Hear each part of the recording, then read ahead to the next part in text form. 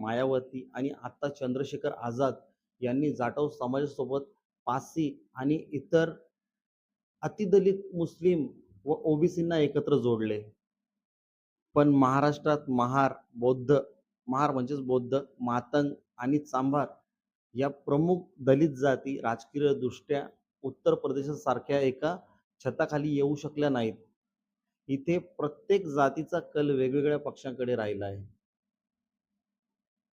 आता तिसरं कारण आहे किंगमेकर विरुद्ध किंग बनण्याची लढाई.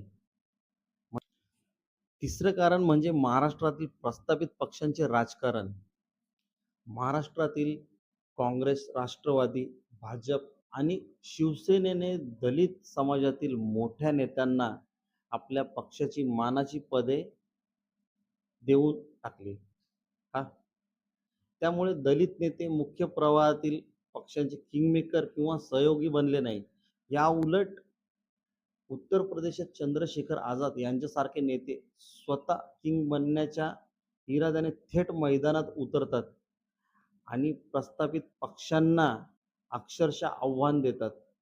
थोडक्यात सांगायचं तर उत्तर प्रदेशात तरुण नेतृत्व नवीन दमाने सत्ता हस्तगत करायला शिकत आहे, तर महाराष्ट्रात वैचारिक समृद्धी असूनही राजकीय विखुरलेपण नडत आहे.